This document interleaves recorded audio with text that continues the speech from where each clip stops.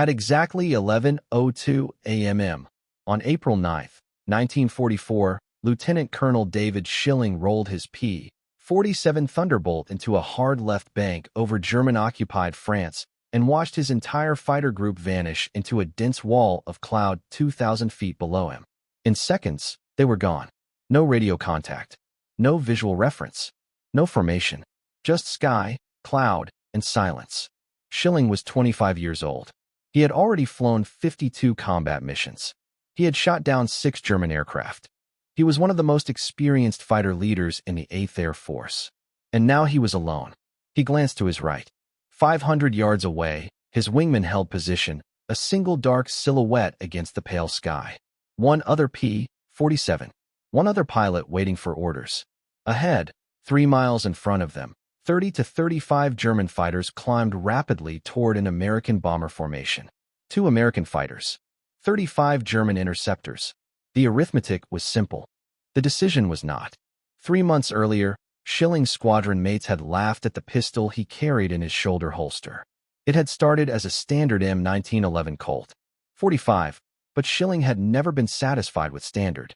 He had welded 3 magazines together, increasing its capacity from 7 rounds to 21. He had added a forward hand grip taken from a Thompson submachine gun. He had modified the internal mechanism to allow automatic fire. His commanding officer, Colonel Hubert Zemke, had called it Schilling's latest engineering experiment. The other pilots called it Frankenstein's pistol. Schilling never argued. He simply explained his reasoning. If he ever went down behind enemy lines, he intended to survive. No German patrol would expect automatic fire from a pistol. No German would expect 21 rounds instead of 7. No German would expect resistance from a downed fighter pilot beyond a single desperate shot. Schilling believed survival favored the prepared. That mindset had defined his entire life. He had graduated from Dartmouth in 1939 with a degree in geology. 3 months later, he joined the Army Air Corps. By January 1943, he was in England, commanding the 62nd Fighter Squadron of the 56th Fighter Group. His first aerial victory came on October 2, 1943, a Messerschmitt Bf 109 destroyed over occupied France. Since then, the victories had come at a steady cost.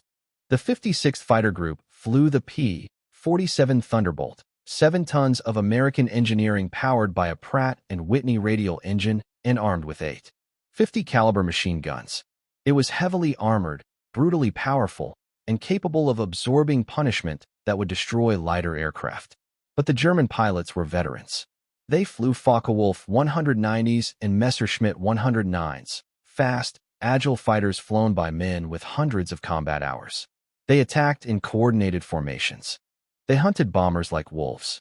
By early April 1944, the 56th had lost 17 Thunderbolts. 11 pilots were dead. 6 were prisoners of war.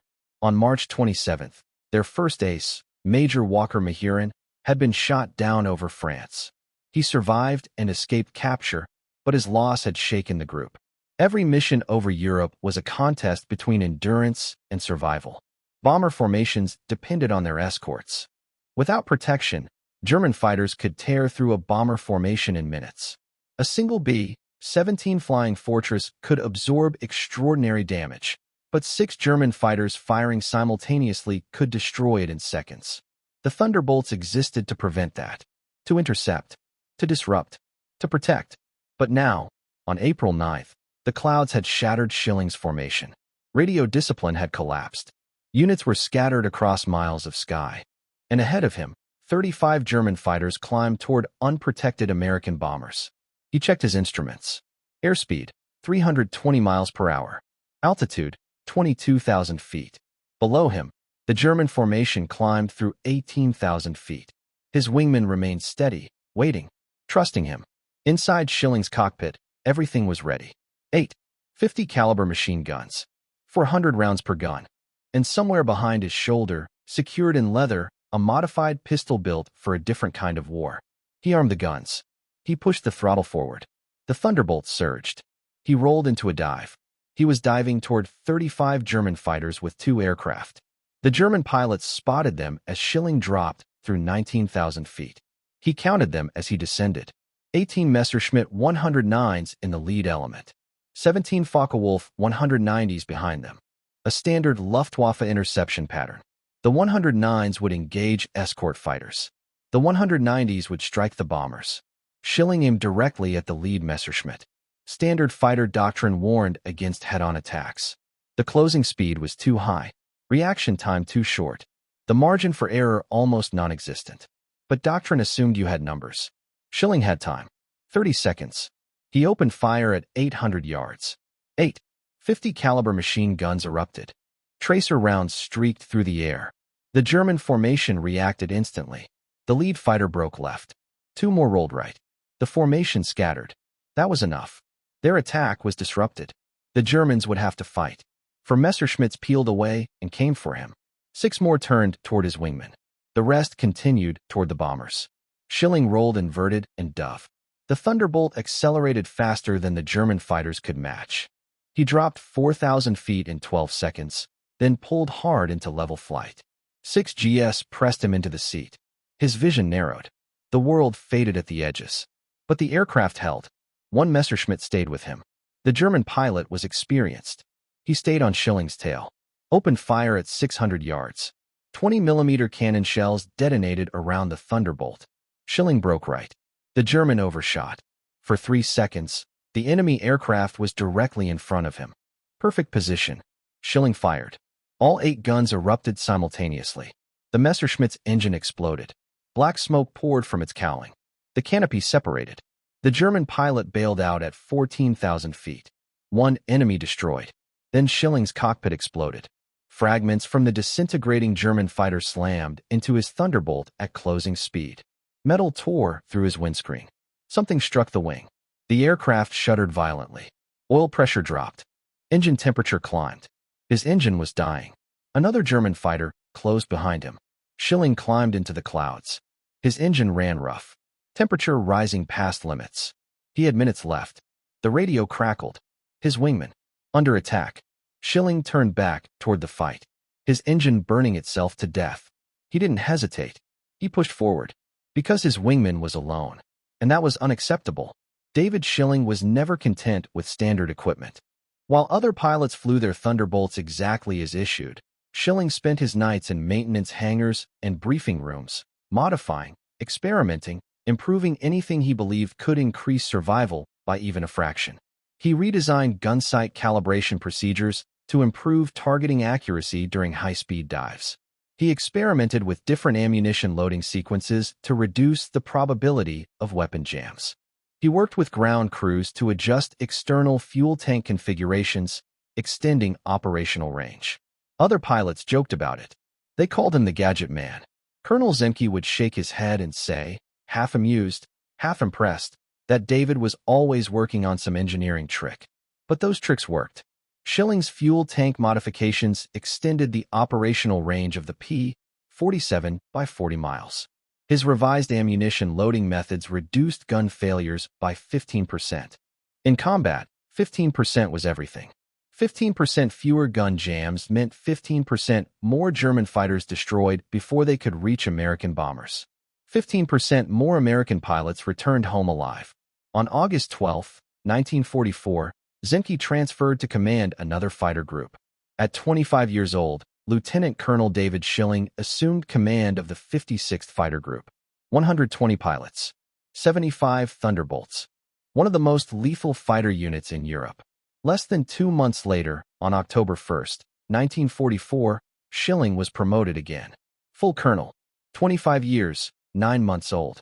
One of the youngest full colonels in the entire Army Air Forces. By then, he was flying a personal aircraft unlike any other in the theater. His P-47 Thunderbolt carried a red nose band, shark teeth painted along the cowling, and distinctive nose art on the port side. A cartoon character called Hairless Joe, wielding a club in permanent attack. The name suited both aircraft and pilot. Schilling flew Hairless Joe on every mission. Ground crews treated it like a racing machine. Every system inspected twice. Every gun barrel cleaned after every flight. Oil replaced every 10 hours. The aircraft became an extension of Schilling himself. And the victories continued. 2 Focke-Wulf 190s destroyed on September 21st. 1 Messerschmitt 109 on October 4th. Another on November 2nd. By December, Schilling had 17.5 confirmed victories. He was now the third highest scoring ace in the 56th Fighter Group, behind only Francis Gay-Bresky and Robert Johnson. But December brought something no one had expected. On December 16, 1944, German forces launched a massive offensive through the Ardennes forest. 200,000 German troops, 12 armored divisions. The largest German attack since 1940. Americans would remember it as the Battle of the Bulge. The weather grounded Allied aircraft almost immediately. Dense fog, heavy snow, cloud ceilings below 500 feet. For 7 days, Allied air superiority vanished. German forces advanced 40 miles. American ground units fought desperately, but without air support, they were outnumbered and exposed. At Boxted Airfield in England, Schilling watched the weather reports in frustration. Fog blanketed the channel. Clouds covered France. Visibility across Europe dropped to less than 1 mile. The Germans had planned it perfectly. They knew the Allied air forces dominated clear skies, so they attacked under clouds. By December 22nd, German spearheads had reached within 4 miles of the Meuse River. If they broke through, Allied forces could be split in half, possibly forced into negotiations, possibly forced to retreat. Then the weather changed. Meteorologists detected a high-pressure system moving in from Russia. Cold air, clear skies, visibility returning. The storm would break on December 23rd. Schilling immediately called his squadron commanders together. Briefing at 0500 hours. Target, German fighter formations supporting ground forces. Expected enemy strength, over 100 aircraft. The largest air battle of the winter was coming. Schilling would lead it himself. At 6:15 a.m., December 23, 1944, the fog lifted over Boxted Airfield for the first time in a week. The sky was clear. Temperature, 28 degrees Fahrenheit. Perfect flying weather. Perfect killing weather. Ground crews had worked through the night. Every Thunderbolt fueled. Every gun loaded. Every aircraft ready. Schilling walked toward Hairless Joe in full flight gear, his breath visible in the cold air. He climbed into the cockpit at 6:42. Strapped in. Checked instruments. Oil pressure normal. Fuel full. 8 machine guns ready. 3,200 rounds of ammunition. He started the engine at 6:48. The massive Pratt and Whitney radial coughed once, twice, then roared alive. 2,000 horsepower vibrating through the airframe. He let the engine warm. Checked magnetos. Checked propeller pitch. Everything perfect. The 56th Fighter Group took off in disciplined flights of 4. 64 Thunderbolts climbed into the sky. They formed up over England at 8,000 feet. Then turned southeast. Toward Belgium. Toward the Bulge. Toward war. They crossed the English Channel at 7:23. France appeared below them. Frozen rivers, snow-covered fields, roads packed with military convoys. At 7:51, they crossed into Belgium. Smoke rose from the battlefield ahead. Artillery flashes visible even from altitude. The German advance carved a massive wound into Allied lines. At 8:04, the radio crackled. Multiple contacts. Bearing 120. Altitude 22,000 feet. Estimated 40 aircraft. Schilling turned toward them immediately. Climbing. Always climb. Altitude was life. At 8:11, he saw them. Not 40, 80, maybe 90 German fighters. Messerschmitt 109s leading. Focke-Wulf 190s behind. 5 miles wide. A massive strike force heading directly toward American bombers. This was not a patrol. This was an offensive. Everything the Luftwaffe had left. Schilling checked his formation. All 64 Thunderbolts were with him. For once, the Americans had numbers. For once, the Americans had the advantage. He armed his guns. Altitude, 24,000 feet. Enemy below him at 22,000. Sun behind him. Perfect position. The Germans had not seen them yet. Schilling rolled Hairless Joe inverted. Pulled into a dive. Behind him, 63 Thunderbolts followed. The Wolf Pack was descending. At 8:13, the Germans finally saw them. Too late. Schilling opened fire at 1,000 yards. 8 machine guns erupted. The nearest Messerschmitt exploded instantly. The sky became chaos. Thunderbolts tore through the German formation. Aircraft scattered in every direction. Contrails twisted. Machine guns roared. Smoke filled the sky. Schilling pulled through his dive and found another target. A Focke-Wulf attempting to attack an American fighter. He closed to 600 yards. Fired. The German fighter's canopy shattered. The aircraft rolled into a death spiral. 2 kills. All around him, the sky burned with battle. The largest air fight of his career. And it was only beginning. At 8:19, a Messerschmitt Bf 109 crossed directly in front of Schilling's guns. 500 yards. Perfect deflection angle. He adjusted instinctively, leading the target not where it was, but where it would be. Years of combat had made the calculation automatic. He squeezed the trigger. All 8.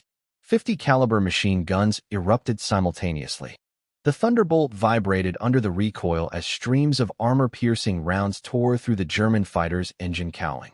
The engine exploded in a violent flash of smoke and flame. The Messerschmitt's propeller froze instantly. For a fraction of a second, the aircraft hung motionless in the sky. Then the canopy burst open.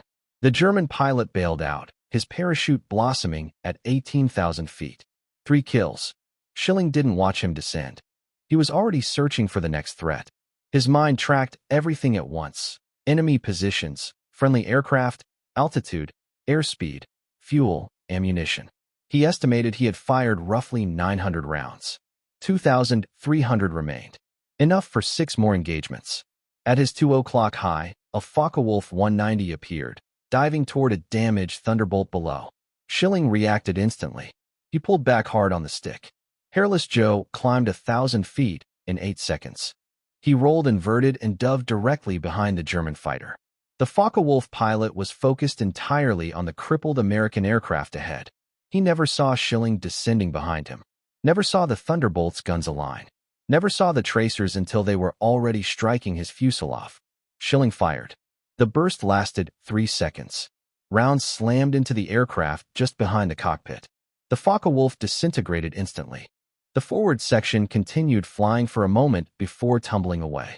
The rear fuselage spun downward, completely separated. For kills. 7 minutes of combat. Schilling's victory total rose to 21.5. Only a handful of pilots in the entire 8th Air Force had ever reached that number. But the battle wasn't over. He scanned the sky again. 30 to 40 German fighters were still airborne. Still dangerous. Still fighting.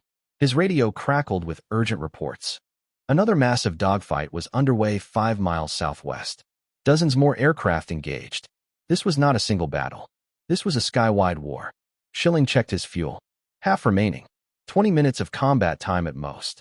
Ammunition, 2,300 rounds. Still lethal. Then he saw another target. A Focke-Wulf 190 at his 10 o'clock, 2,000 yards out. The German fighter was diving toward 3 Thunderbolts flying in tight formation. Perfect attack position. The American pilots hadn't seen him yet. Schilling pushed the throttle forward. Hairless Joe accelerated. For 100 miles per hour. The airframe trembled under the strain. Control forces stiffened, but the Thunderbolt held firm. The P-47 was built like armor. It could survive forces that would tear lighter fighters apart. He closed the distance. 800 yards. Still too far. The German fighter opened fire. 20mm cannon shells streaked toward the American formation. 600 yards. Schilling aligned his gun sight. Calculated lead. Adjusted for gravity. Adjusted for speed. Adjusted for angle. He fired. 8 machine guns thundered. The burst lasted 3 seconds. 240 rounds. The Focke-Wulf's left wing separated cleanly at the root. The aircraft rolled violently out of control. The pilot fought the controls, trying to recover. Impossible. The fighter entered a flat spin. 17,000 feet. 16,000. 15,000. At 14,000 feet, the pilot finally bailed out. 5 kills. 824. Ace in a day. Only 38 American pilots achieved that status during the entire war. Schilling was now one of them. His total victories climbed to 22.5. 6th ranking ace in the 8th Air Force. 4th ranking ace still flying combat missions. But Schilling wasn't thinking about records. He was thinking about survival. Fuel at 40%. Ammunition at 1,800 rounds. Time running out. Below him, wreckage marked the battlefield. He counted at least 23 impact craters. German and American aircraft alike. Smoke rose from each. Some pilots had escaped. Most hadn't. His radio filled with victory reports. 11 kills confirmed by the 61st Fighter Squadron, 13 by the 62nd, 8 by the 63rd, 32 German aircraft destroyed. The 56th Fighter Group's greatest single-day victory. A historic milestone. Schilling called for formation. Thunderbolts assembled around him at 20,000 feet. He counted 58 aircraft, 6 missing, 3 shot down, 3 damaged but airborne. They turned northwest. Home. The adrenaline began to fade. His hands trembled slightly on the controls. 9 minutes of combat. 5 kills. He crossed the English Channel at 9:15. The white cliffs of Dover appeared ahead. Safe territory. Schilling landed at Bokstad Airfield at 9:38. Hairless Joe rolled to a smooth stop. Ground crews rushed forward. They counted bullet holes. 3 impacts in the left wing. Minor damage. Schilling climbed down from the cockpit. Walked to the debriefing room. Sat down. Calm. Controlled. Professional. He described each engagement. Each kill. Each maneuver. The intelligence officer finished writing. Looked up. Smiled. "Congratulations, Colonel," he said. "You're an ace in a day." Schilling nodded. No celebration. No excitement. Just acceptance. There were still pilots missing. Still a war to fight. And 8 months left in his combat tour. By September 1950, the war was over. But David Schilling was still fighting limits. Not against enemy aircraft. Against distance. Against physics. Against what everyone said could not be done. Jet fighters had changed warfare forever. They were faster. More powerful. But they had one fatal weakness. Range. No jet fighter had ever crossed the Atlantic Ocean nonstop. Not once. Not ever. Schilling refused to accept that limitation. He studied aerial refueling. British engineers had developed a probe-and-drogue system. Tanker aircraft trailed flexible hoses behind them. Fighters could connect midair and transfer fuel. The technology worked. But no one had attempted a transatlantic crossing using it. The risks were enormous.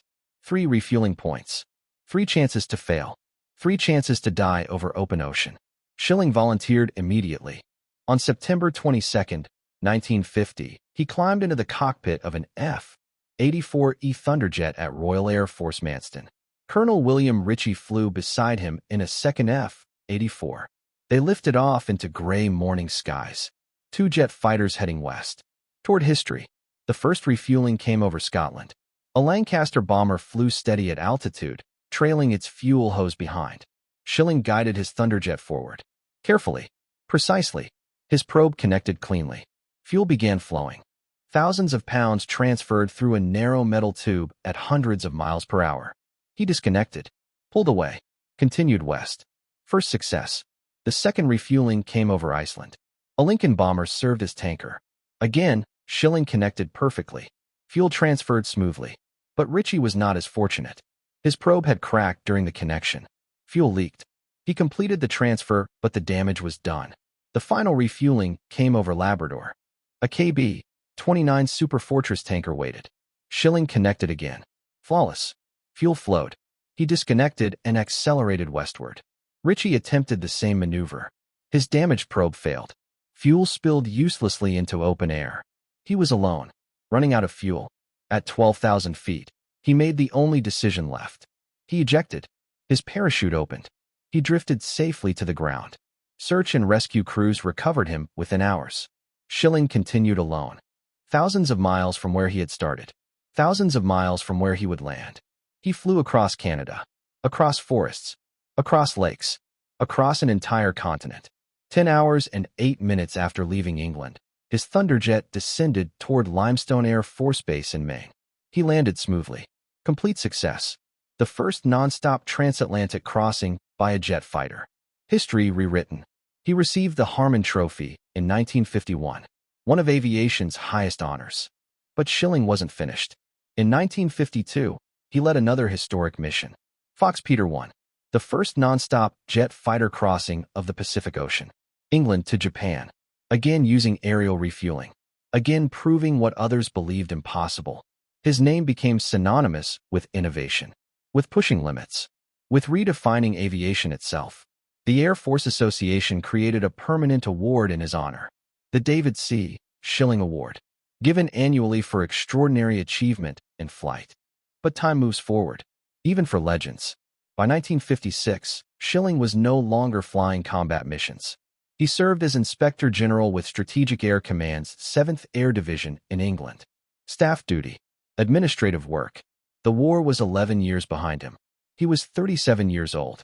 On August 13, 1956, he flew his final flight.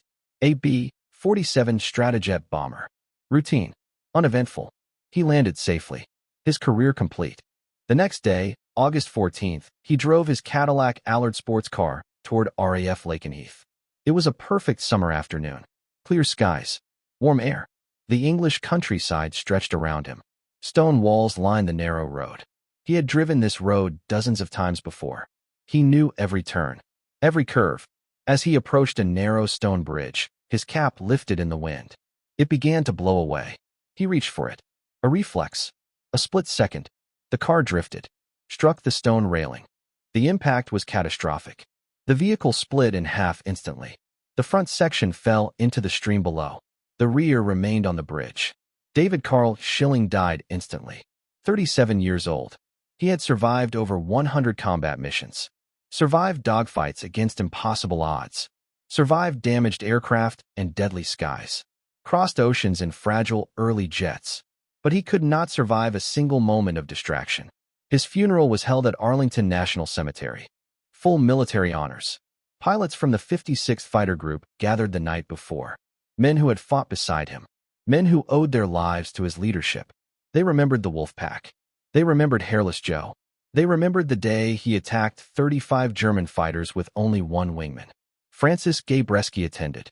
Robert Johnson sent condolences. They honored one of their own. Schilling was buried in Section 8, Site 459. White headstone. Simple inscription. His legacy lived on. Schilling Air Force Base in Kansas was named in his honor. The David C. Schilling Award continued.